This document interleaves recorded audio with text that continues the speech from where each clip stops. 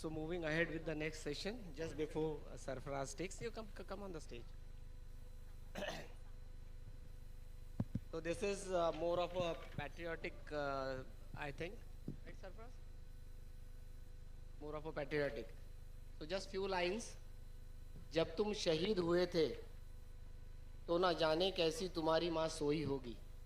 जब तुम शहीद हुए थे तो ना जाने कैसी तुम्हारी माँ सोई होगी. एक बात तो तय है दीवाने, तुम्हें लगने वाली हर गोली भी 100 बार रोई होगी. जमाने भर में मिलते हैं आशिक कई, जमाने भर में मिलते हैं आशिक कई, मगर वतन से खूबसूरत कोई सनम नहीं होता. नोटों से लिपटकर सोने में सिमटकर मरे हैं कई, मगर तिरंगे से खूबसूरत कोई कफन नहीं होता. Handing over to you Sarfaraz.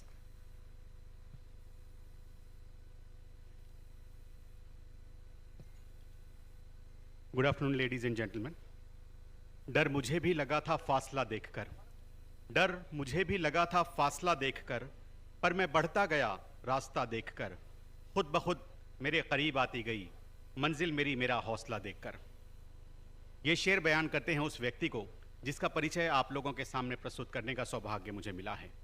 He is a multifaceted personality, a physician, a poet and a public speaker. Ladies and gentlemen, I am talking about Dr. Colonel V.P. Singh. After his MD in General Medicine from Odisha, he joined Indian Army as a physician and served with distinction for 30 years. He has also served a 3-year deputation to Botswana, South Africa, and was a part of United Nations peacekeeping forces in Mozambique.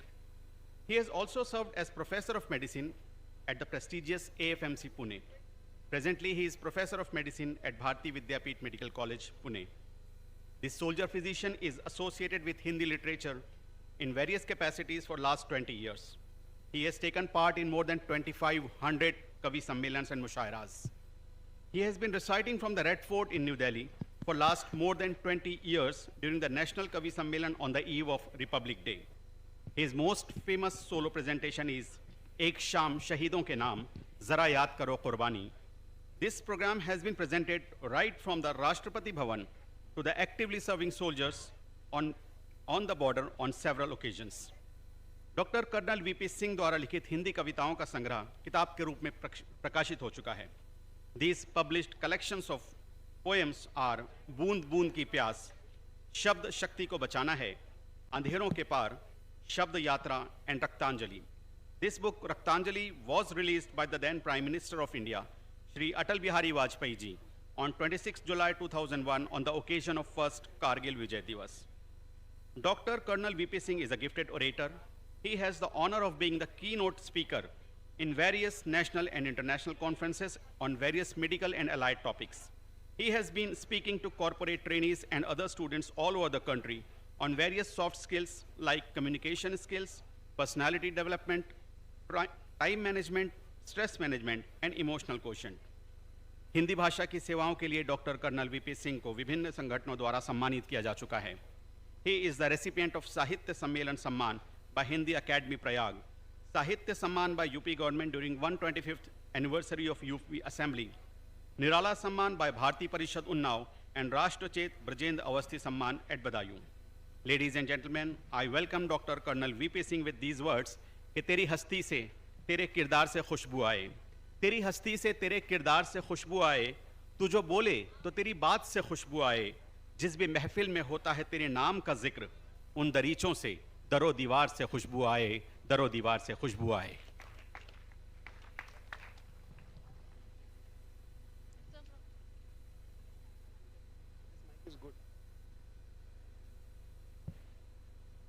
You want me to go there?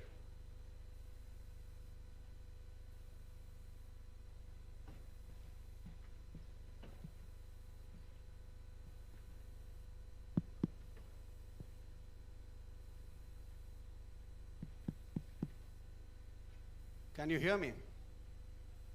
Am I audible? I'll request people on the left side to please settle down.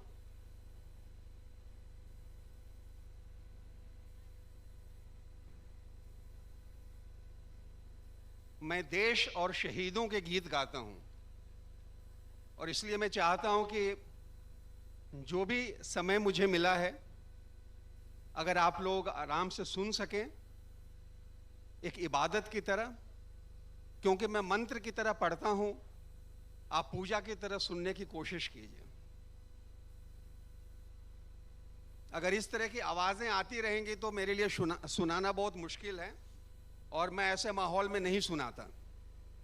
तो अगर सुनना है तो please settle down, you can have your conversations outside, whatever be the amount of people sitting here. I would request full attention for the next 15-20 minutes, because I pay homage to the soldier and the martyr, and hence I request your attention and your indulgence. I can understand, आपको लगता होगा poetry बहुत उबाऊ चीज होती है, और खासकर लंच के बाद कौन पोइट्री सुनना चाहता है, लेकिन आप उबेंगे नहीं, मैं इतनी आपको गारंटी देता हूं। शुरू करें? Do I have your, should we start? All the conversations have died down. मैं चाहता तो आपको मोहब्बत की गजलें सुना सकता था, मैं चाहता तो आपको मैं कह सकता था कि तुम्हें भूल जाने की कोशिशें कभी कामयाब न हो सकी, तेरी याद वो शाखे गुलाब है जो हवा चली तो लचक गई, तेरे हाथ से मेरे होंठ तक वही इंतजार की प्यास है जो शराब थी मेरे नाम की, कहीं रास्ते में भड़क गई।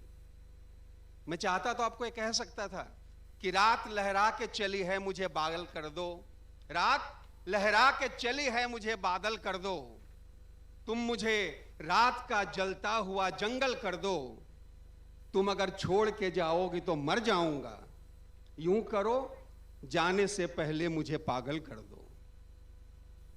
मैं चाहता तो आपको सुना सकता था कि उसकी आंखों में मोहब्बत की चमक आज भी है, हालांकि उसको मेरे प्यार पे शक आज भी है।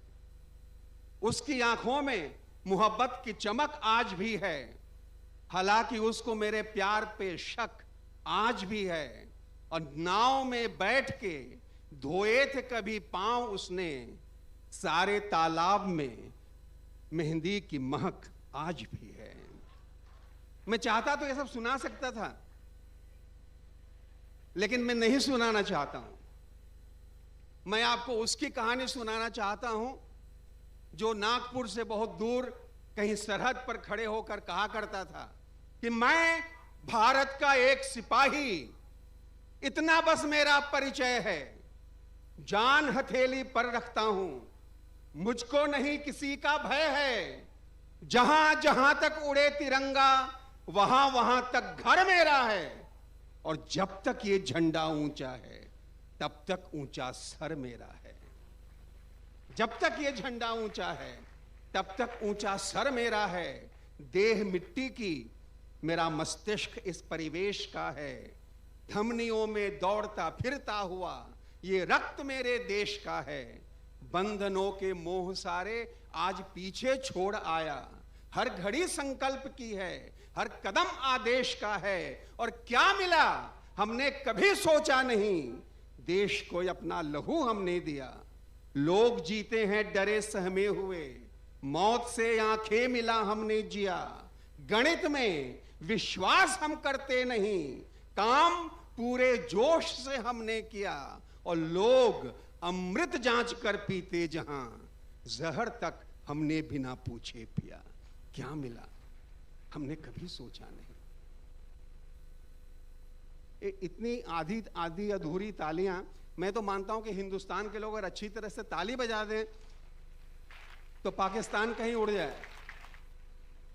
और इसलिए मैं अक्सर कहता हूं कि आधे हृदय से मित्रता या शत्रुता दोनों गलत हैं, प्रेम हो या युद्ध हो भरपूर होना चाहिए। आधे हृदय से मित्रता या शत्रुता दोनों गलत हैं, प्रेम हो या युद्ध हो भरपूर होना चाहिए। या तो शत्रु शांति का सम्मान करना सीख ले, या तो उसका गर्भ चकनाचूर होना चाहिए। और हमारा दुश्मन, कभी कभी आप लोग भी सुनते होंगे, हमारे पास एटम बॉम्ब है, हम हथियार खरीद के लाए हैं, भारत से लड़ेंगे। तो मैं उनसे अक्सर कहता हूं कि कर्जों में डूब करके करो लाख दिखावा, लेकिन कहीं भी कर्ज में इज्जत नहीं मिलती। Thank you. कर्जों में डूब करके करो लाख दिखावा, लेकिन कहीं भी कर्ज में इज्जत नहीं मिलती। और चाहे किसी भी मुल्क से हथियार खरीदो, लेकिन किसी बाजार में हिम्मत नहीं मिलती। लेकिन किसी बाजार में हिम्मत नहीं मिलती। और लाख पर्दों से करो तुम वार हम पर, हम तुम्हारे रूप को पहचानते हैं। आग हैं हम, मत करो खिलवाड़ हमसे, हम जलाने का हुनर भी जानते हैं। आग हैं हम। तो सैनिक क्यों देश के लिए मरना चाहता है? क्योंकि उसकी कल्पना में देश का एक चित्र है, और वो कहता है कि देश कैसे देश बनता है। It's not some lines on a paper, it's not merely a map.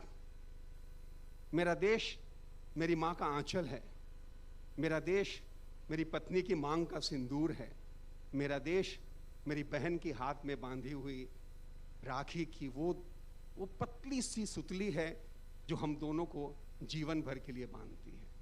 और इसलिए वो कहता है कि देश मिट्टी, हवा, पानी से बना है, देश पुरखों की कहानी से बना है। Today you are remembering your seniors. One of my mentors in army, General Tutakne, your senior is sitting here. I always feel an honor and privilege to recite in front of him. देश मिट्टी, हवा, पानी से बना है, देश पुरखों की कहानी से बना है, और खून से हस्ताक्षर कर दे गगन पर, देश उस पागल जवानी से बना है। देश ये भूगोल है, इतिहास भी है, बीतती सदियों का तांडव रास भी है। कहीं पर यह कृष्ण का कुरुक्षेत्र है, तो कहीं पर यह राम का वनवास भी है। बढ़ा है यह वेद का गुरु ज्ञान लेकर, अहिंसा का बुद्ध का अभियान लेकर। चला है यह वचन नानक के समझकर, और गुरु गोविंद का अभिमान लेकर। गले से इस्लाम को इसने लगाया, और ईसा को उचित आदर दिखाया। और जितने धर्म भी आए यहाँ पर, हर किसी को प्यार से इसने बिठाया। ये नहीं तलवार यूं ही तानता है, सहन करने का तरीका जानता है। पर करे सम्मान से खिलवाड़ कोई, युद्ध को ही धर्म तब यह मानता है। देश मिट्टी, हवा, पानी से बना है। और तब कृष्ण कहते हैं, उत्तिष्ठ कौन्तेय युद्धाय कृत निश्चय। कौन्तेय, अगर युद्ध जरूरी है तो युद्ध करना चाहिए। मेरा सैनिक जब वो फौज में जाता है, एक 22-23 साल का लड़का, अभी आप लोग इससे पूछ रहे थे आईएएस में क्यों गए, आईपीएस में क्यों गए। लोग पूछते हैं फौज में क्यों गए, बाहर बहुत सारी अच्छी नौकरियां मिल सकती थी। मेरा सैनिक जो गांव का लड़का जवाब देता है, वो जवाब सुनिएगा। वो कहता है, पूछते हो जानकर क्यों कठिन पथ हमने चुना है, कंटकों की नोक पर क्यों ख्वाब रेशम का बुना है। पूछते हो क्या मिलेगा तन तपाकर जंगलों में, क्या कभी नरमी मिलेगी रेत पर जलते पलों में। दूर अपनों से कभी क्या नेह के झरने बहेंगे, पर्वतों पर जागते क्या स्वप्न आंखों में रहेंगे। मुश्किलों के बोझ से क्या रंग ना मर जाएंगे, और दिन जवानी के कभी क्या लौट कर फिर आएंगे। तो कहता है, तो हम तुम्हें इतना बता दें, है अलग संसार अपना, स्वार्थ के हर आचरण से कहीं ऊंचा प्यार अपना। साथ है जीवन मरण का, साथ अपना हर सफर में, हाथ थामे हम खड़े हैं जिंदगी की हर डगर में। जानते हैं रास्तों में मुश्किलें हैं, दूरियां हैं, पर तुम्हें इतना बता दें, ये नहीं मजबूरियां हैं। चाहते तो हम कहीं भी मस्त हो जीते जवानी, राग में रस में उतर कर प्रीत की लिखते कहानी, तितलियों के पंख पर हम प्रेम की कविता बनाते, थाम कर बाहें किसी की इंद्रधनु हम भी दिखाते, मिलन के सपने सजाते, रूप का श्रृंगार करते, पुस्तकों में फूल रखते, शायरी से प्यार करते। पर कहो क्या जिंदगी में और कुछ करना नहीं है, जूझ पर जीना नहीं है, टेक पर मरना नहीं है? क्या जवानी विषम राहों पर नहीं आगे बढ़ेगी?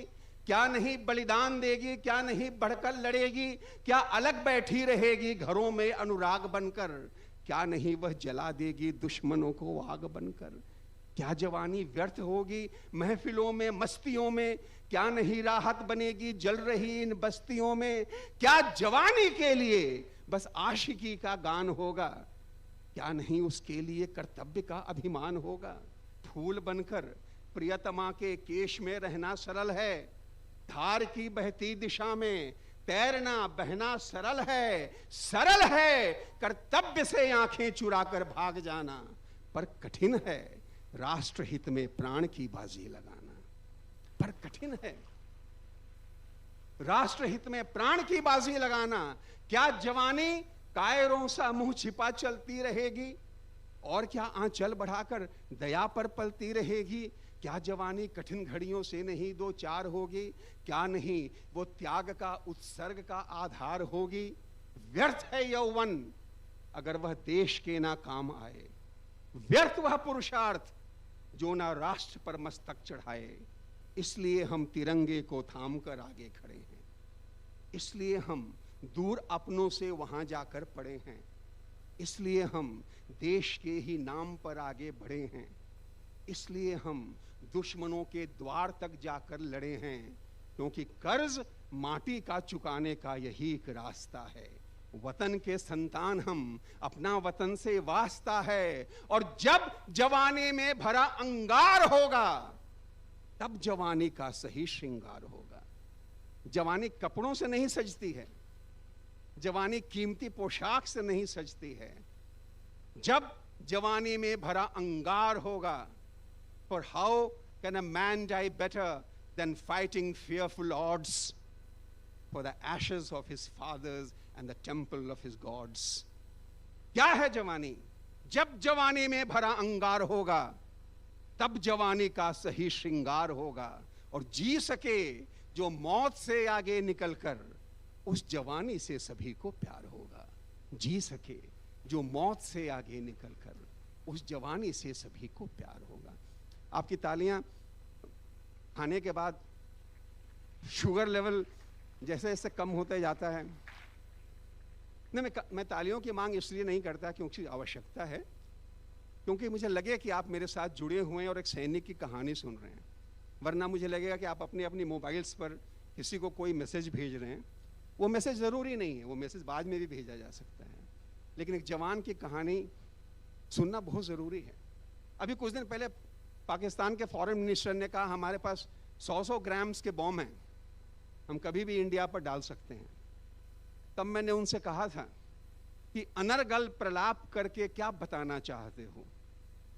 अनर्गल प्रलाप करके क्या बताना चाहते हो? अहम के मारे हुए खुद को मिटाना चाहते हो? और कब भला भारत डरा है समर से संघर्ष से? ना समझ हो फूंक कर सूरज बुझाना चाहते हो, ना समझ हो फूंक कर सूरज बुझाना चाहते हो। मेरा सैनिक, सोचिए महाराष्ट्र के किसी गढ़चिरौली का कोई जवान सेना सीमा पर बैठा है, उसकी पत्नी बोलती है वापस आओ, घर में बच्चे बीमार हैं, तुम्हारी ज़रूरत है। वो वहाँ से चिट्ठी लिखता है कि मैं क्यों नहीं आ सकता। आप उसके दर्द से जुड़िएगा। आप अभी गढ़चिरौली का दर्द सुन रहे थे ना, सरहदों का दर्द भी सुनिए। ये चिट्ठी मैंने देखी है, उसकी पत्नी ने मुझे ये चिट्ठी दिखाई थी। कविता उसके का शक्ल मैंने दिया है, भावना उसकी है। वो लिखता है मैं क्यों नहीं आ सकता। कारगिल का युद्ध आरंभ होने वाला था, उसके पहले की बात है, छुट्टियां खत्म कर दी गई थी, रद्द कर दी गई थी, और कोई घर नहीं जा पा रहा था। तब अपनी पत्नी को लिखता है वो कि सोच रहा हूं मीत तुम्हें क्या बात लिखूं, सूने दिन या अपनी सूनी रात लिखूं।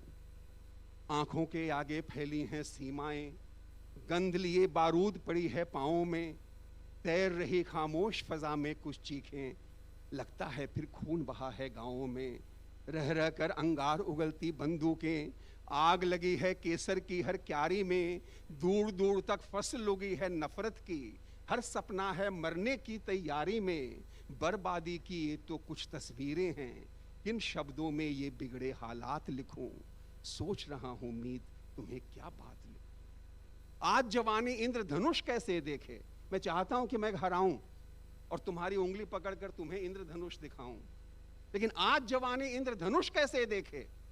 घाटी में संकट के बादल छाए हैं, कुछ वहशी कुछ मानवता के हत्यारे छिप छिप कर आतंक मचाने आए हैं, सिसक रही है सदियों की रिश्तेदारी, खून बह रहा है आंगन चौबारों में, पुरखों का अपमान हो रहा सड़कों पर, लोग मर रहे हैं खेतों बाजारों में, सूनी सूनी आंखों में जो दिखते हैं, कैसे तुमको वो जख्मी जज्बात लिखूं, सोच रहा हूं मीत तुम्हें क्या बात। चीड़वनों में दहशत है, सन्नाटा है, आज चनारों, even today, even yesterday 5 people have died in Kashmir as we celebrate sitting in Nagpur, having no idea as to what's happening on the borders of this country.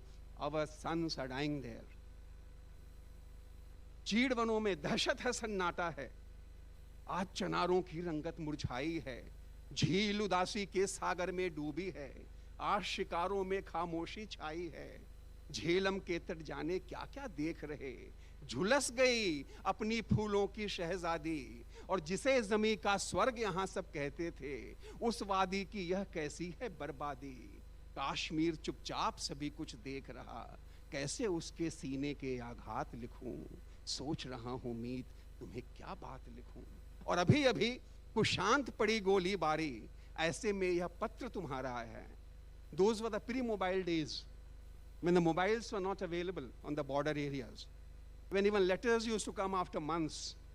ऐसे में उसके पास चिट्ठी आई है और वो लिखता है कि अभी अभी कुछ शांत पड़ी गोली बारी, ऐसे में यह पत्र तुम्हारा आया है, कितनी खुशबू कितनी धड़कन साथ लिए, कितनी धड़कन की ये खुशबू लाया है, माँ की थपकी बाबा के आशीष कई, इसमें अपने बच्चों की किलकारी है, और वे घड़ियां जो राह देखते बीत गईं, इसमें उनकी मजबूरी लाचारी है, आंसू की बातें हैं आंसू पढ़ते हैं, आंखों को क्या आंखों की बरसात लिखूं, सोच रहा हूं मीत तुम्हें क्या बात लिखूं। और यादों में आंचल लब भी लहरा जाता, यादों में वो काजल लब भी बहता है। गांव का वो लड़का जब घर से निकल रहा था, उसकी पत्नी दरवाजे के पीछे छिप कर रो रही थी, और उसने आंचल से अपने आंसुओं को पोंछा तो उसका काजल बिखर गया। उसे वो दृश्य याद है और वो कहता है कि यादों में आंचल लब भी लहरा जाता, यादों में वो काजल लब भी बहता है, यादों में आकार उभरते हैं कितने, घर का हर कोना यादों में रहता है, शाम ढले जब सो जाती है परछाई, बालों को उंगली जब भी छू जाती है, साथ चली आती हैं वे बीती रातें, यादों में हर बात पुरानी आती है, लिख दूं तुमको रेशम सी कोमल घड़ियां, उड़ती खुशबू या कि झरते पात लिखूं, सोच रहा हूं मीत तुम्हें क्या बात लिखूं। और अंत में इतना कुछ समझाने के बाद लिखता है कि मैं क्यों नहीं आ सकता। वो लिखता है कि घर में माँ बाबा हैं, मेरी जरूरत है, तुम्हें मेरी जरूरत है, बच्चों को मेरी जरूरत है, कि नहीं आ सकता। वापस आकर काम बहुत से करने हैं, वो लिखता है, वापस आकर काम बहुत से करने हैं, रिश्तों का भी फर्ज निभाना बाकी है, पर उससे भी बढ़कर अपने जीवन में इस माटी का कर्ज चुकाना बाकी है। और सोचो सब अपनी खुशियों की सोचेंगे तो भारत की पीड़ा कौन मिटाएगा, और सब बैठेंगे घर की चार दीवारी में तो सरहद पे मस्तक कौन चढ़ाएगा। सोचो सोचो, वापस आकर काम बहुत से करने हैं, रिश्तों का भी फर्ज निभाना बाकी है, पर उससे भी बढ़कर अपने जीवन में इस माटी का कर्ज चुकाना बाकी है। और सोचो सब अपनी खुशियों की सोचेंगे तो भारत की पीड़ा कौन मिटाएगा, सब बैठेंगे घर की चार दीवारी में तो सरहद पे मस्तक कौन चढ़ाएगा। शिकन पड़ी है आज वतन के माथे पर, ऐसे में क्या सपनों की बारात लिखूं, सोच रहा हूं मीत तुम्हें क्या बात लिखूं। और आखिर में कहता है कि अपनी माँ के बेटे तो सब होते हैं, इस दुनिया में कौन है जो बिना मां के पैदा हुआ हो? कौन सी मां नहीं चाहती कि उसका बेटा शाम ढले घर वापस चला आए? कौन सी मां नहीं चाहती कि उसका बेटा खतरों से रूबरू ना हो? लेकिन एक मां है, जब वो बुलाती है तो अपनी मां बहुत छोटी हो जाती है, और उस मां का नाम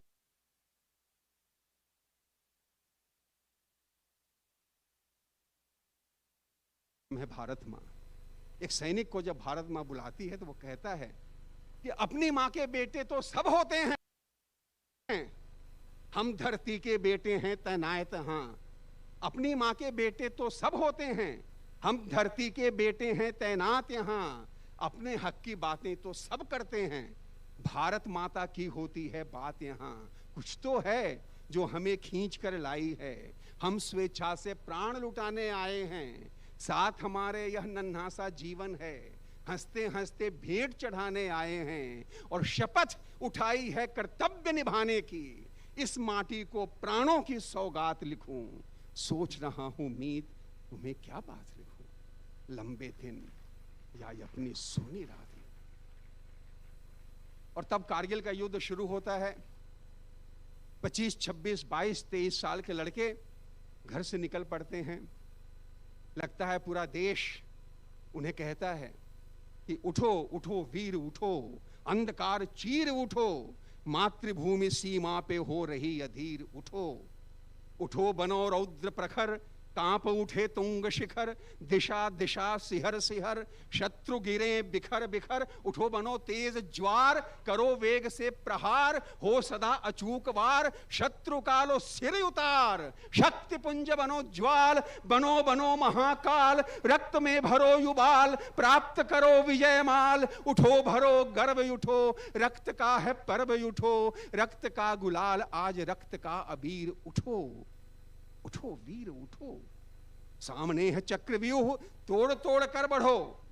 हिम शिखर के श्रृंखलाएं फांद फांद कर चढ़ो, शिला शिला पे शौर्य की नई कहानियां गढ़ो। शत्रु के विनाश के लिए उठो चलो लड़ो, उठो तुम्हारी शक्ति से ये सारे द्वंद्व नष्ट हो। उठो तुम्हारी युक्ति से छलों के बंध नष्ट हो। उठो पुकारता समर, उठो प्रचंड रूप धर, उठो तुम्हें बुला रहा है भारती का नीर। उठो उठो वीर उठो, अंधकार चीर उठो।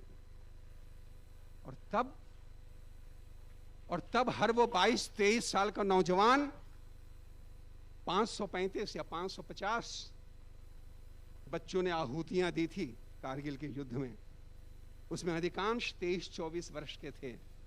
वो एक दूसरे से कहते हैं, रात को उन पहाड़ों पर चढ़ते हुए हिंदुस्तान के किसी कवि ने, हरिओम पवार ने 2 पंक्तियां लिखी हैं उस पर। मैं उनको याद करते हुए पंक्तियां सुनाता हूं। उन्होंने लिखा, ऐसे लड़के मरे जिनकी शादी अभी 5 दिन पहले हुई थी, 7 दिन पहले हुई थी। और तब उन्होंने 2 पंक्तियां लिखी कि उन आंखों की 2 बूंदों से 7 सागर हारे थे। कल्पना कीजिए उस लड़के की जो किसी गांव में बैठी, जिसके हाथ की मेहंदी अभी सूखी नहीं थी, जिसके महावर अभी सूखे नहीं थे। उन आंखों की 2 बूंदों से 7 सागर हारे थे, मेहंदी वाले हाथों ने जब मंगल सूत्र उतारे थे। मेहंदी वाले हाथों ने जब मंगल सूत्र उतारे थे। उस ऊंचाई पर ये 25, 24, 23 साल के बच्चे एक दूसरे से कहते हैं, उठो चलो चलो लड़ो, पुकारते चले गए। उठो चलो चलो लड़ो, पुकारते चले गए। राह के वो शूल सब बुहारते चले गए।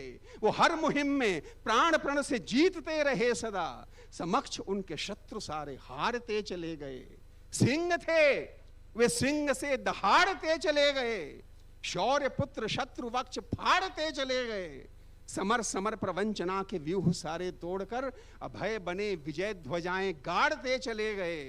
लहू बहा के पुण्य पथ निखारते चले गए। वे भारती की आरती उतारते चले गए, और विदा के क्षण स्वतंत्रता के गान कंठ में धरे वे अपनी मातृभूमि को निहारते चले गए। वे अपनी मातृभूमि को निहारते चले गए, कोटि कोटि धड़कनों को वो उल्लास दे गए, राष्ट्र के अधर पे वे विजय का हास दे गए।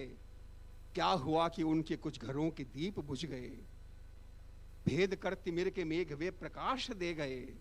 धन्य धन्य धन्य धन्य धन्य वे जवानियां, चुनौतियों के हर शिखर पे शौर्य की निशानियां, और रहेंगे जब तलक ये सूर्य चंद्र ये धरा गगन, समय के पृष्ठ पृष्ठ पर रहेंगी ये निशानियां, समय के पृष्ठ पृष्ठ पर रहेंगी ये निशानियां। एक सैनिक जिसकी मां ने राजस्थान से उसे चिट्ठी भेजा था कि बेटा या तो विजय प्राप्त करके वापस आना, और अगर तुम शहीद होकर आओ तो गोली तुम्हारी छाती पर होनी चाहिए। ये लेटर उस बच्चे के मृत्यु के बाद, शहीद होने के बाद उसके टेंट में उसके बक्से से मिली थी।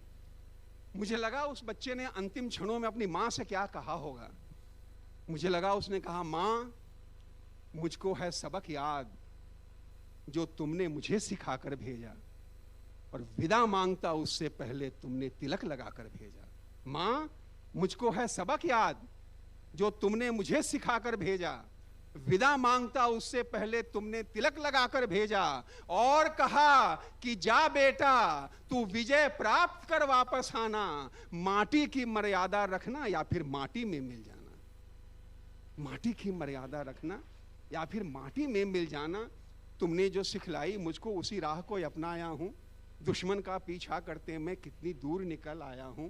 राहों में कुछ घाव मिले हैं, दर्द मिला है, खून बहा है, पर मैंने पूरी हिम्मत से छाती पर हर वार सहा है, और अधिक आगे जाने की ताकत मुझ में शेष नहीं है। जीवन की अंतिम घड़ियां हैं लेकिन मन में क्लेश नहीं है। मां तू गर्व करेगी मुझ पर, वीरों में मैं नाम पा गया, धन्य हो गया जीवन मेरा, आज देश के काम आ गया। धन्य हो गया जीवन मेरा, आज देश के काम आ गया। सैनिक की कहानी तो मैं 2-3 घंटे तक सुना सकता हूं, आज समय नहीं है। बस 2 जरूरी कविताएं, 3-3 मिनट की 2 कविताएं, आपका ज्यादा समय नहीं लेना चाहता हूं, बहुत लेकिन 2 बहुत जरूरी कविताएं।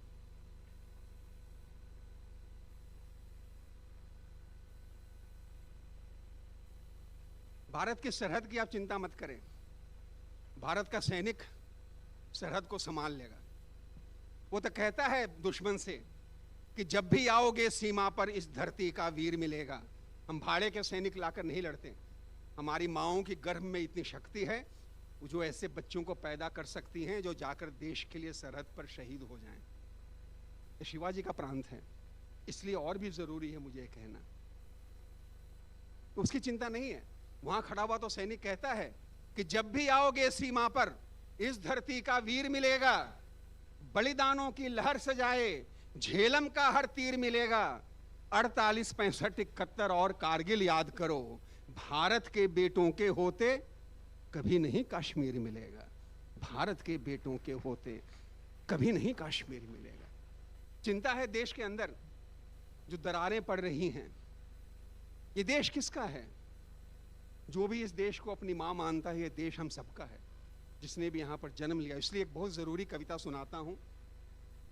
एक बहुत भारत के सीनियर कवि, मेंबर ऑफ पार्लियामेंट हुए हैं, उदय प्रताप सिंह, उनकी पंक्तियों से शुरू करता हूं। उन्होंने लिखा है, न तेरा है न मेरा है, ये हिंदुस्तान सबका है। न तेरा है, ध्यान दीजिएगा, एक एक लोग मोबाइल पर बाद में बात कर लीजिएगा। न तेरा है न मेरा है, ये हिंदुस्तान सबका है।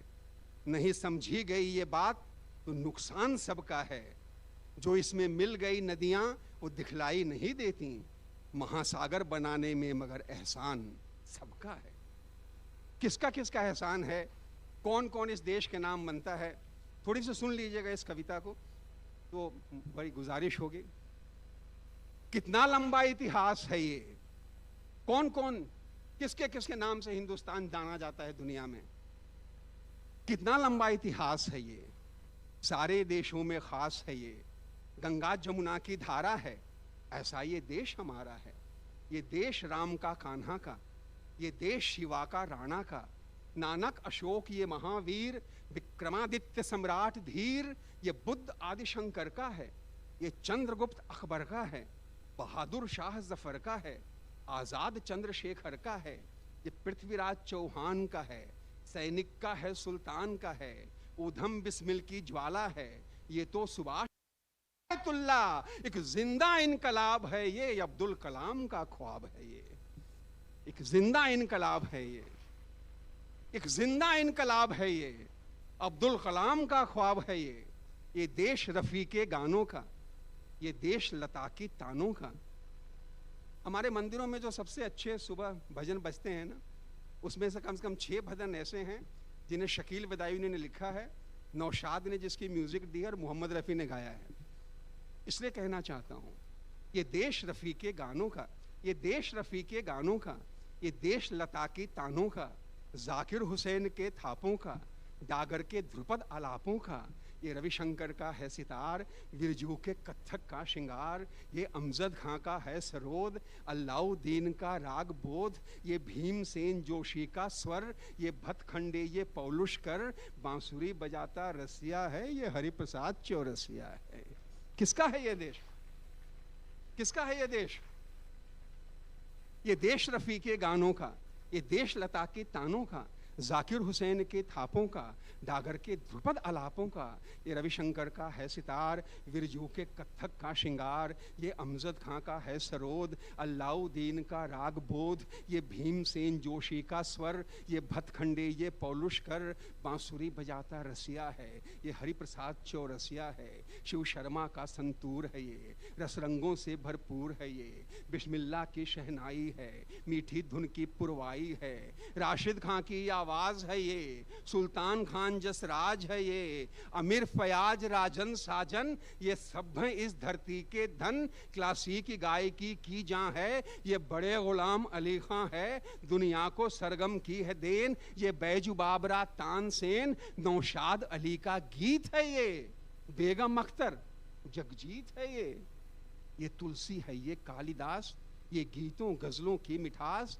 जायसी रहीम जयदेव सूर, खुसरो फरीद बुल्ले कबीर, हरिऔध निराला पंथ है, ये मजरूह मीर दुष्यंत है, ये महादेवी बच्चन दिनकर, ये ज़ौक मजाज बशीर जिगर, ये नूर निदा नीरज बेकल, हिंदी उर्दू की धार प्रबल, साहिर शकील कैफी खुमार, ये है फिराक ये शहर यार, मीरा नज़ीर रस खान है, ये विद्यापति कवि का गान है, ये है गालिब की शोक गज़ल, ये है इतराता ताजमहल, ये लाल किला ये कुतुब मीनार, कोणार्क अजंता की पुकार, बेखौफ रूहानी मस्ती है, निज़ामुद्दीन है चिश्ती है, भाईचारा आनंद है ये, और निर्भीक विवेकानंद है, भाईचारा आनंद है, निर्भीक विवेकानंद है, ये कपिल सचिन ये गावस्कर, ये कपिल सचिन ये गावस्कर, मंसूर बेग इरफान अजहर, सायना अभिनव राठौर है, ये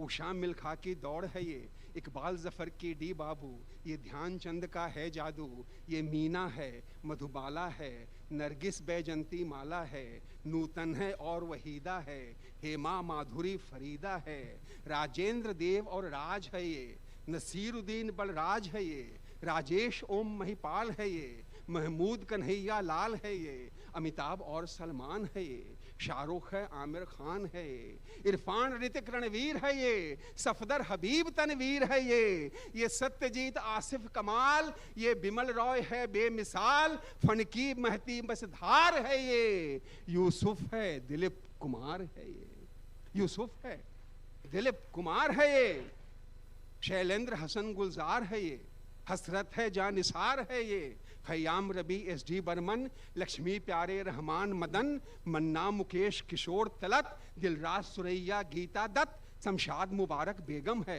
पंकज सहगल की सरगम है, ये गीतों की लंबी कतार, ये नगमों की मीठी फुहार, सूफी संतों की भाषा है, संबंधों की परिभाषा है, गांधी का अमर विचार है, ये टैगोर तिलक का प्यार है, ये लोहिया पटेल ये जयप्रकाश, नेहरू के सपनों का आकाश, ये लाल बहादुर की उड़ान, ये जय जवान ये जय किसान, ये इंदिरा है गुलजारी है, ये पंडित अटल बिहारी है, ये भगवा और हरा भी है, रंगों से भरा भरा भी है, ये भजन नाथ कव्वाली है, ये ईद और दिवाली है, रोजा कलमा रमजान है, ये गीता है और कुरान है, ये कर्तव्य वफा ईमान है, ये और हम सबका हिंदुस्तान है, ये हम सबका हिंदुस्तान है, ये हम सबका हिंदुस्तान है। अंत में आप सब एल्यूमिनाई एसोसिएशन में जाओ, उनके लिए बस 2 मिनट की एक कविता। Sir, we are running short of time. We are running short of time. We are running short of time.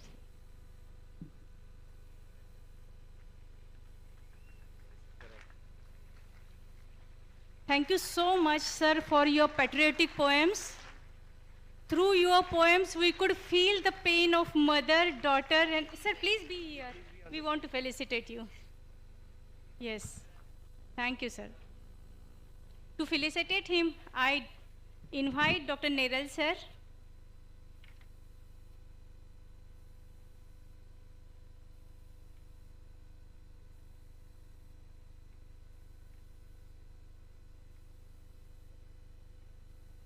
Thank you, sir.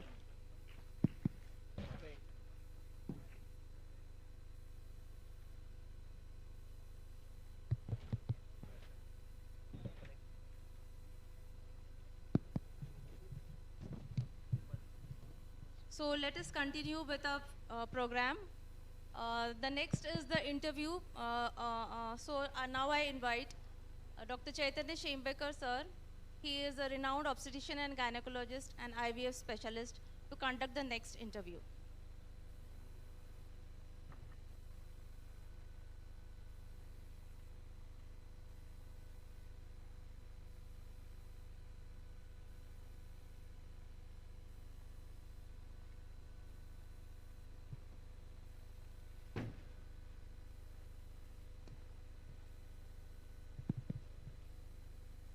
नमस्कार, स्वागतम सुस्वागतम. मी doctor Chaitanya शेंबेकर.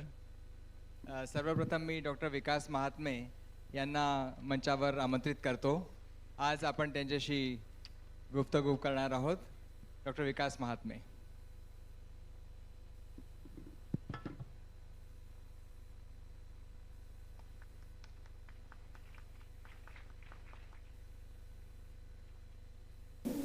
Hi guys, it is my honor to introduce our beloved Dean Sir, Dr. Raj Gajbia Sir. So sir, the Platinum Jubilee event has been organized, 2 days have gone by, and under your capable tutelage, the event has been fantastic, sir. I would like to ask you, how was it meeting all of your batchmates after so many years, sir? It was a great gathering. This institute is completing 75 years, and all the 75 batches of this institute, they have come together and they have celebrated. It was 2-day celebration. As on 1st of December, the Platinum Jubilee celebrations were inaugurated by Honorable President of India, and 22nd and 23rd, we had planned these Platinum Jubilee celebrations in a big way. And it was such a grand function, and it was all nostalgic. All the batchmates, they were coming, and they were together. They had a lot of fun, they had lot of interaction, and they were meeting each other since so long. So it was really a very, very nostalgic event, and everybody enjoyed thoroughly. Absolutely, sir. And I cannot let you go without asking, how was your experience while meeting and inviting our Honorable President of India, Draupadi Murmu ji? Yeah, it was great. Honorable President of India coming to this institute. In fact, President of India has come once to this institute in 1947 when this college was inaugurated, this college building was inaugurated. And it was a chance now that after 75 years we have invited, and we are very fortunate that she has accepted our invitation and they have come. It was a fantastic event. About 5,000 all alumni, they have attended this function, and Honorable Governor, Honorable Chief Minister, Honorable Deputy Chief Minister and Nitinji Gadkari, they have all attended this function, and it was really, really our honor that President of India has come and graced the occasion. Thank you so much, sir. And I hope every one of you has enjoyed the event. Thank you so much for coming. Thank you so much for the interview, sir. Thank you. Thank you, sir.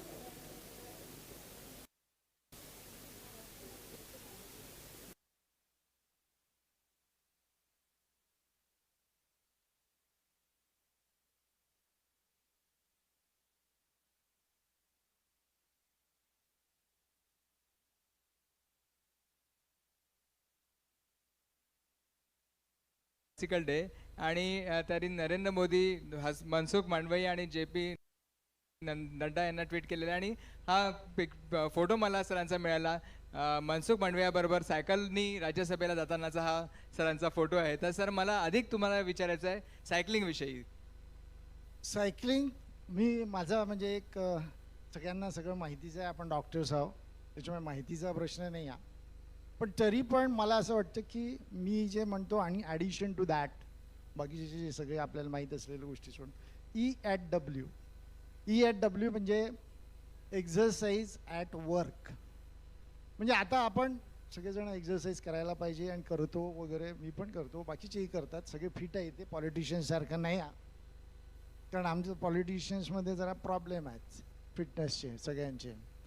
तर या याच्यात exercise at work म्हणजे जाणं येणं सायकलनी करा, पायीचं करा, म्हणजे आपोआपच तुमची एक्झरसाइज होते. लिफ्टचा वापर करू नका, जिने चढा, आपोआप एक्झरसाइज होते. जर मी पेशंट बघत असेल तर मी मुद्दामून मध्ये मध्ये उठतो, काही कारणाने नमस्कार करायला पेशंटला, किंवा त्या मुलाला पाहायचं असेल तर ग्रीट करायला एक चॉकलेट द्यायला उठतो. त्याच्यामुळे सतत बसण्याचं काम नाही आहे.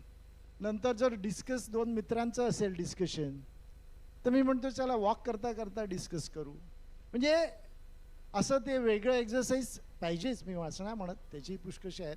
पण त्याच्यासोबत E@W खूप इम्पॉर्टंट आहे. आणि पुन्हा फिटनेस मंत्र म्हटलं याने, तर बहुतेक वेळा फिटनेस म्हटलं की आपल्याला सगळ्यांना फिजिकल फिटनेस वाटतो, पण मी तुम्हाला सांगू इच्छितो पुष्कळ फिटनेसेस अजून पाहिजे, पण psychological fitness is most important. आणि त्याच्यातलं emotional and thinking skills are very very. अगदी बरोबर आहे सर. मी एकेकाही हे पुस्तक वाचलं त्यात त्यांनी म्हटलं की जॅपनीज लोकांना सवय असते की ते सतत ॲक्टिव्ह असतात, काहीतरी करत असतात, असं बैठे किंवा बसलेले राहत नाही. आणि त्याच्यामुळे त्यांचा जो 100 गाठणारे त्यांच्याकडे खूप जास्त लोक आहेत. कारण हे आहे की ते सतत ॲक्टिव्ह असतात. आणि तो एक मी महात्मा सरांकडे पाहिलेला आहे. आणि मला आठवतं एकदा मी OPDला गेलो होतो सरांना भेटायला, तर दुपारी संध्याकाळी 5 वाजता सर स्विमिंगला जात होते. आणि त्यांचं स्पोर्ट्स आणि व्यायामाशी त्यांचा नेहमी संबंध राहिलेला आहे. आणि त्याच्यामुळे आज सर दिसतात तसे फिट आहेत, सायकोलॉजिकली, फिजिकली पण आणि मेंटली पण. Yes sir. आणि सर आपण म्हणतो बालपण देगा देवा, मुंगी साखरेचा रवा, ऐरावत रत्न थोर, त्यासी अंकुशाचा मार. तर सर सुरुवातीची सरांची अगदी हंबल बॅकग्राऊंड होता. आणि सर नॉटी असतील की स्टुडियस असतील की शाय असतील, any guest from the audience sir कसे असावेत असं तुम्हाला वाटतं? सर एक असा मत आलंय की सर लहानपणी नॉटी होते. आणि मी सरांना विचारू इच्छितो की सर तुमचं लहानपण कसं गेलं, बालपण कसं गेलं? लहानपण पहा माझ्या दृष्टीने ते एकदम चांगलं गेलं. पण आता लोकांनी विचारलं तर इंटरव्ह्यूमध्ये वगैरे कसं तुम्हाला सांगतो. आता डॉक्टर राज गजबी आले आहेत, ते सर्व सेटल झाल्यावर आपण समोर जाऊ.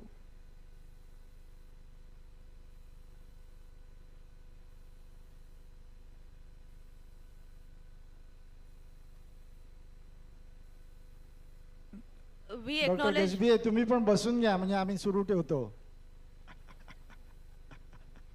थँक्यू. आता सगळ्यांना असं वाटतं, पण मला असं वाटतं की माझ्या खूप चांगल्या सोयी होत्या आणि चांगलं झालं. पण असं जर विचारलं तर मला 10वीमध्ये इलेक्ट्रिसिटी नव्हती आमच्या घरी आणि कंदील जो लावायचा तो वाऱ्याने विजून जायचे आणि गाई म्हशीचं शेण वगैरे गोळा करून ते जे सडा शिंपणे वगैरे ते तसे सगळे प्रकार करायचे. पण मी तुम्हाला सांगतो याच्यात काय खूप वाईट वाटायचं वगैरे असं काही नाही. कारण ते ना असे दिवस असे होते की वी यूज टू एन्जॉय. म्हणजे असं काही नाही नव्हतं की बा हे काय कठीण दिवस आहे, आपल्यावरच प्रश्न आहे, असं वाटायचं की हे सगळ्यांचं सारखंच आहे, काही प्रॉब्लेम नाही. त्याच्यामुळे मला असं वाटतं की that was okay, not only okay, it was very good. आणि शाळेतही सन्मान होता एक. मला वाटतं की मौसमी तुला काही बोलायचं आहे? Yeah, we acknowledge the presence of the celebrity artist Mr. Mohit Raina over here. So please, a big round of applause for him.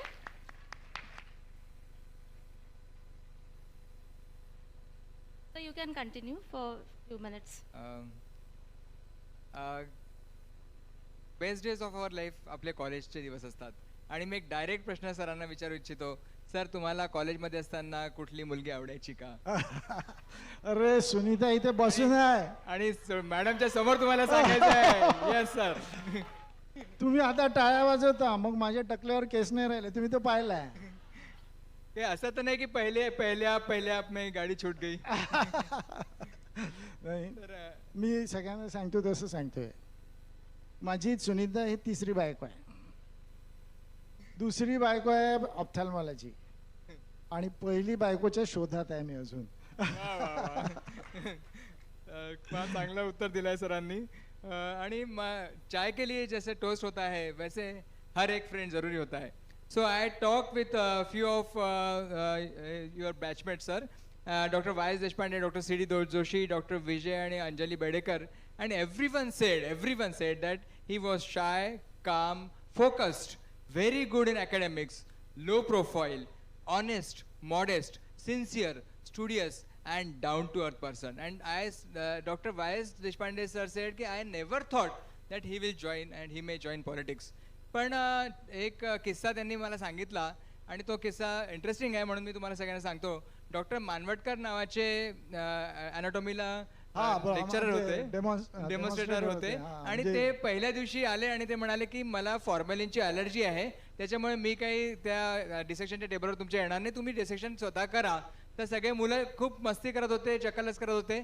पण डॉक्टर विकास महात्मे हे एकटेच डिसेक्शन टेबलवर असे एकटेच विद्यार्थी होते जे सिन्सिअरली डिसेक्शन करायचे. आणि एक दिवस अचानक मानवटकर सर आले आणि ते प्रश्न विचारायला लागले. तर बाकी सगळ्यांनी ते डिसेक्शनची बॉडी इतकी हे करून घेतली होती की सरांना त्याच्यामध्ये काहीच बोलता आलं नाही. असं काहीतरी एक प्रसंग आहे. सर तुम्ही सांगत आहेत त्यावेळी? नाही, ऍक्च्युली वायएस आहे, वायएस देशपांडे आहे का इथे? वायएस असं आहे की तो असला तर तुम्ही सतत हसत राहावं लागतं तुम्हाला. तो आमच्या डिसेक्शन टेबलवर सतत काही ना काही चखलबाजी करत राहायचा आणि पण सिन्सिअरली तो खूप ग्रास्प त्याचा चांगला आहे, स्टुडिओस येतो पण ग्रास्प पण खूप फास्ट आहे. त्याच्यामुळे त्याला काही प्रॉब्लेम नाही, मला जरा जास्त वेळ लागतो. त्याच्यामुळे मी डिसेक्शन एक नवीन गोष्ट म्हणून आवडीने करायचो आणि त्यांनी सांगितलं तसंच की जे झालं ते तेच होणार. की आम्हाला मानवटकर सरांनी रागवलं की तुम्ही काही करत नाही, पण ते शांत होते तसे आणि चांगल्या प्रकारे झालेलं आहे काम. पण एक गोष्ट मात्र मला तुम्हाला इथे सांगावीशी वाटते की I would like to emphasis this fact that each and every friend has said this that even today he has not changed at all, and despite of the accolades and accomplishments, and that speaks volumes about this humble and down to earth personality. I think a big round of applause for Dr. Vikas Mahatme. He is so humble and at this post, at this stature, he is so down to earth. That's the best and biggest quality of doctor Vikas Mahatme I think. ते सगळ्या मित्रांना मी सांगितलं होतं ते जेवायला बोलवेल तुम्हाला जर तुम्ही माझ्याबद्दल चांगले बोलले तर. नाही सर, सगळ्यांनी मनापासून तुम्हाला तुमच्याबद्दल सांगितलेलं आहे. आणि आता मला एक प्रश्न विचारायचा वाटतो की तुमच्याकडे पाहून असं वाटतं की तुम्ही प्रोफेसर व्हायला पाहिजे होतं. यू आर अन अकॅडमिशियन, आणि अशा परिस्थितीमध्ये तुम्ही प्रायव्हेट प्रॅक्टिसमध्ये कसं काय आलात? नाही, मी प्रायव्हेट प्रॅक्टिस सुरू नव्हती केली. मी लोकम लेक्चरर, पहिले रजिस्ट्रार होतो काहीच दिवस नाही, तर मी प्युअर पी जी होतो. मग लोकम लेक्चररशिप मिळाली मला. मी जवळपास 1.25 वर्ष लेक्चरशिप केली. पण एक दिवस काय झालं, सकाळी साधारण 11 वाजले होते.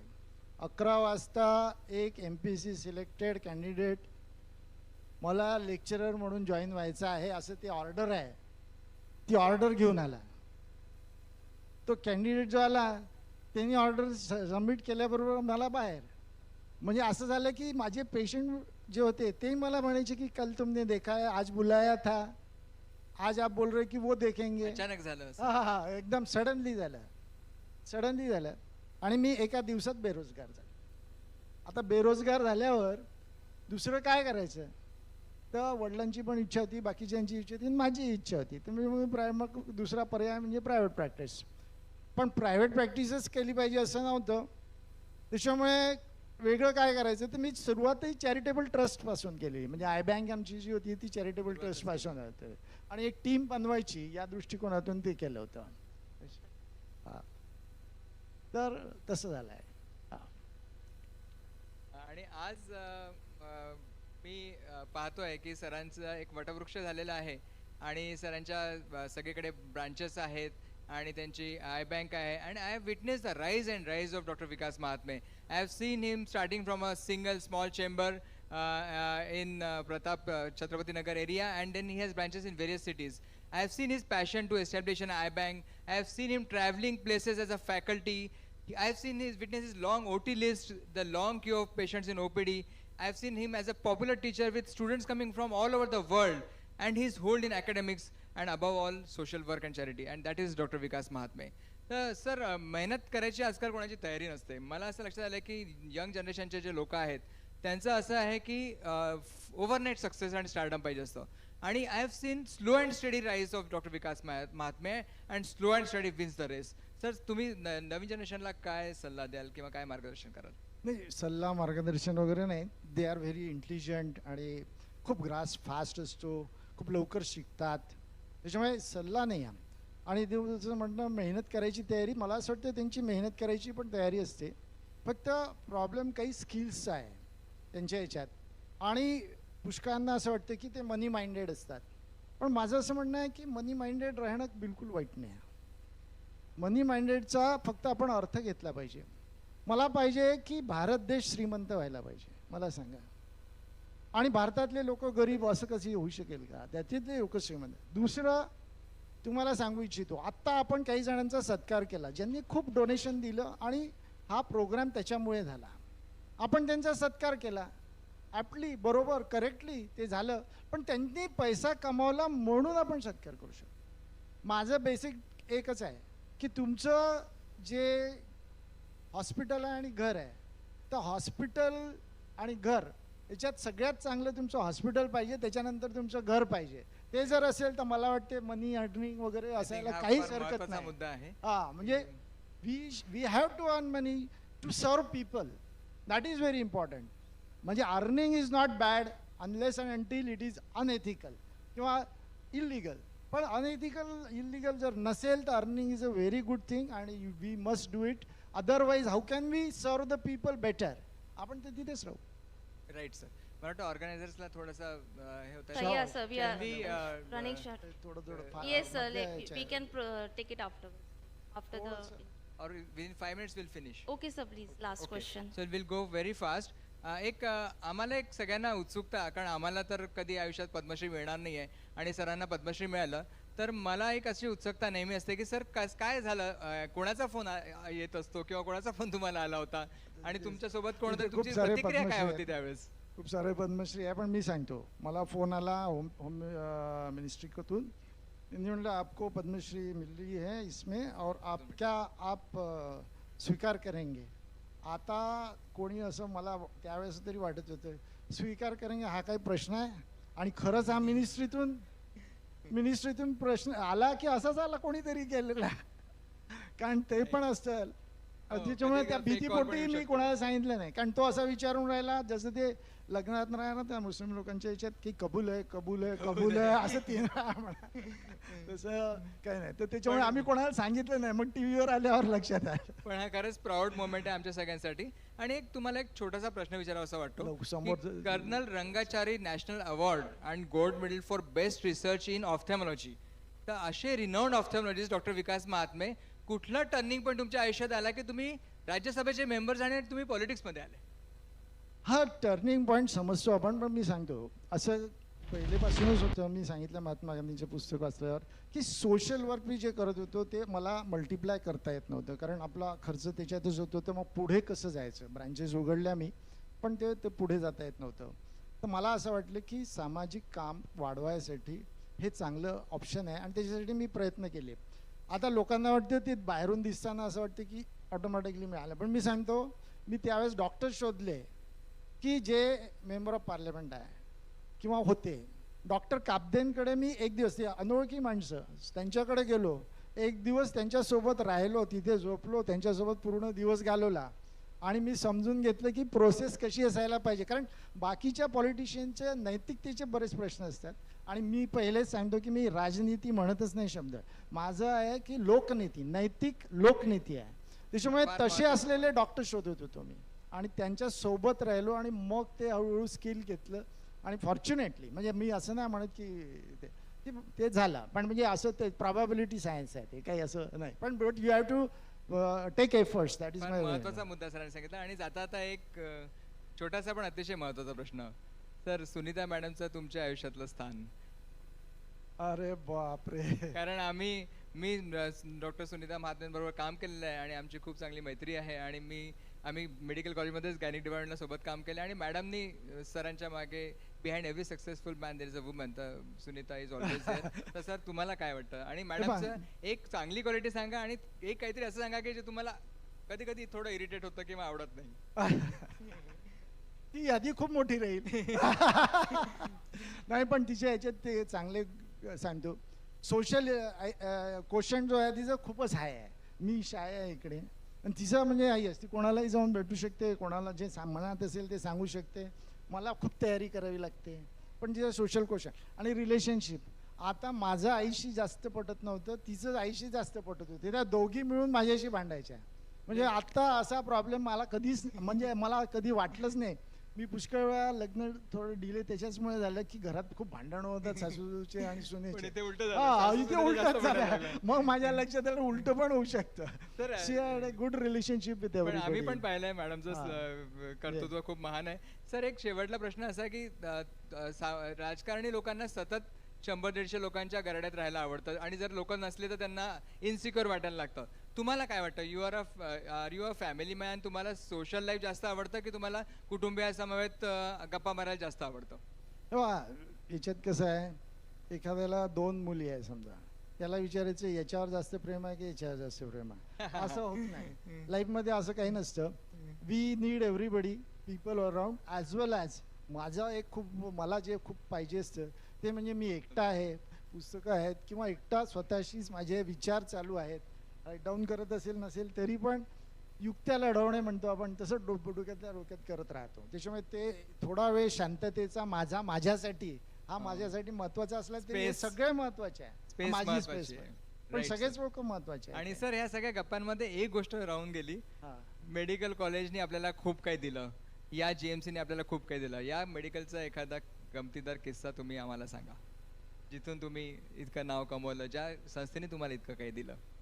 खूप किस्से आहे. पण एक सांगतो. मी ॲज अ लेक्चरर सांगितलं ते मला लेक्चररशिपमध्ये कॉल्स येतात, स्पेशली गायनिक ऑब्स्टेट्रिकचे, की फंडस पहा, फंडस एक्झामिनेशन, टॉक्झिमिया वगैरेचे.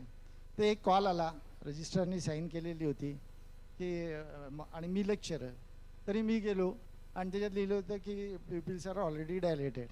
मग मी गेलो, मग मी तिथे गेलो तर प्युपिल डायलेटेड नाही, फंडस काय बघणार आहे म्हणून वापस लिहून दिलं प्युपिल नॉट डायलेटेड आणि वापस आलो. पुन्हा 1.5 तासांनी कॉल आला, pupils are dilated, please come for fundus examination. आता मी गेलो तर तिथे pupil डायलेटेड नाही, आरती होती माझ्यासोबत रजिस्ट्रार माझी. तर तिथे गेलो तर तिथे pupil डायलेटेड नाही, पण पुन्हा लिहिलं. पुन्हा लिहून वापस येत होतो तर त्या रजिस्ट्रारचं म्हणणं काय, ऑप्थॅल्मॉलॉजीवाल्यांना कामच काय असतं, आले 2 वेळा, काय फरक पडतोय. आरती रजिस्ट्रार आणि मी लेक्चरर. आता माझ्यासमोर रजिस्ट्रार जर असं करेल तर मी तर खूप शांत, मी कधी कोणाला. पण एका वेळेस त्या रजिस्ट्रारला खूप रागवलो की हे असं नाही चालत, रजिस्ट्रार असून लेक्चररला लिहित आहे. आणि तो फॉर्च्युनेटली तो रजिस्ट्रार म्हणजे सुनीता आहे, माझी वाईफ. ग्रेट. म्हणजे आता तिची डाट मी सतत खातो एका डाट. पहा तो असा माझा तो संबंध आहे सरांचा आणि मॅडमचा. आणखी एक सांगतो, पण तिला पण प्रॉब्लेम झाला. तिच्या लक्षात आलं की ऑप्थॅल्मॉलॉजिस्टला किती काम असतं. Yes, exactly. आणि पुन्हा एक सांगतो, मला JMC मध्ये मी शिकलो, मी शिकवलं, मी बंक मारले, मी क्लासेस अटेंड केले, मी झोपलो, झोपेतून लोकांनी मला टीचरनी मला बाहेर पण काढलं, पण सगळं काही झालं. पण यांनी मला दिलं आजचं पूर्ण जीवन. आमचं घर पण या JMCच्या शिक्षणाच्यामुळे चालतंय, या प्रोफेसर टीचर्समुळे चालतंय. माझी बायको मला या इथे बेस्ट लाईफ पार्टनर आहे, ती इथे मिळाली. पण त्याहीपेक्षा महत्त्वाचं, माझा मुलगा या इथेच जन्मला. त्याच्यामुळे पेशंट म्हणून, डॉक्टर म्हणून सगळ्या भागाने. आणि योगायोग असा की माझाही मुलगा इथे जन्मला. आणि चैतन्याचं पण कामाचं तसंच आहे. तो म्हणजे सातत्याने मेडिकल कॉलेजचं तर आहेच, पण त्याचं स्वतःचं पूजागर्ती आणि बाकीचे जे आहे तुझे लोकांशी संपर्क ठेवण्याचं ते पण चांगलं आहे. थँक्यू. तर ते या कॉलेजमुळे मी आहे एवढं नक्की सांगेल. आणि त्याच्यामुळेच मला असं वाटतं की आज आपण सर्वजण मिळालो तर मला खूप आनंद होत आहे. Thank you sir. डॉक्टर विकास महात्मा के लिए जोरदार तालियां. और 2 लाइना पेश है. जिंदगी की असली उड़ान अभी बाकी है, जिंदगी के कई इम्तिहान अभी बाकी है, अभी तो नापी है मुट्ठी भर जमीन हमने, अभी तो सारा आसमान बाकी है. Thank you so much. थँक्यू चैतन्य, तू फार इंटरेस्टिंग केलं. मला असं भीती होती की मी काय उत्तर देणार. Thank you, Mahatma sir and Chaitanya sir. Now I request Dr. Pramod Giri sir to felicitate.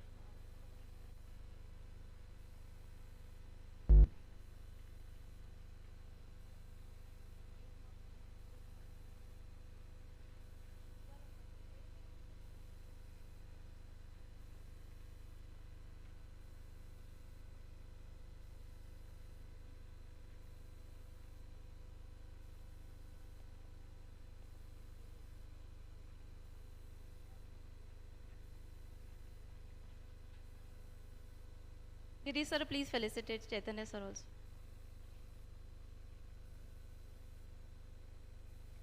Thank you, Giri sir. Now I hand over the mic to Dr. Sonal Aikwade for next proceedings. Thank you, ma'am. Good afternoon to everyone present here. Honorable Dean Sir, Dr. Raj Gajbie, esteemed seniors, teachers, all respected delegates and dear students. As we embark on the second day of celebrating the Platinum Jubilee of our alma mater, my heart swells with pride to be a part of this esteemed institute. Each day brings with it new energy, thoughts and possibilities. Today, as we come together to commemorate our alma mater's Platinum Jubilee, let us revel the shared pride of being associated with this institute. And may this event be a memorable and enriching experience for all of us. I, Dr. Pooja Shendre, and with me is Dr. Sonal Chauhan, sincerely welcome each one of you to this illustrious gathering. Amidst the jubilant atmosphere of the ongoing celebrations, we now move on to yet another significant event, that is the star-studded celestial conversation. महक गया है गुलशन हमारा, फूलों की आज बौछार हुई, तहे दिल से खुशामदीद आपका जो आप आए और बाहर हुई. The conversation with star for the today, Sir Mohit Raina, will be guided by Dr. Rujuta Fuke ma'am, Associate Professor, OBGY, GMC Nagpur. Dr. Rujuta, Fellow of Indian College of OBGY and Indian College of Maternal and Child Health, receiver of many prestigious awards like Dhanvantri Award, Pfizer Gold Medal for excellence in undergraduate studies. The feathers to her cap cannot just be expressed in words. Dr. Rujuta Fouquet ma'am is also pivotal in organizing many events under this Platinum Jubilee. May I now please call upon Dr. Rujuta Fouquet ma'am to the dais. And now 4 lines for Rujita ma'am also. मुस्कुराना आपकी अदा है, वो हरदम संजोए रखना. अच्छाइयों पे आपके सब फिदा है, वो हर पल संभाले रखना. राज क्या है मैम 40s में भी इस खूबसूरती का, ये जवा दिल यूं ही आप हर पल खिलाए रखना. Thank you Dr. Sonal for those kind words, kind poem. Thank you so much.